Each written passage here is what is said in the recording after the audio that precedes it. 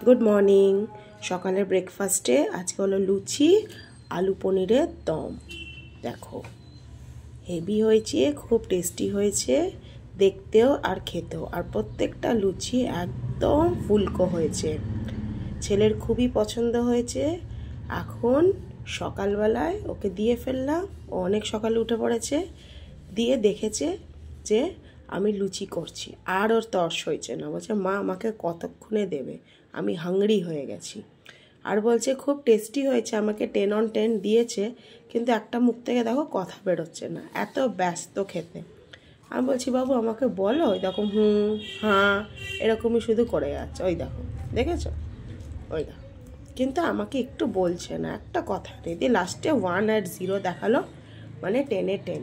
ও খুবই হ্যাপি হয়েছে খেয়ে, বলছে মায়ের হাতের রান্না অ্যামেজিং।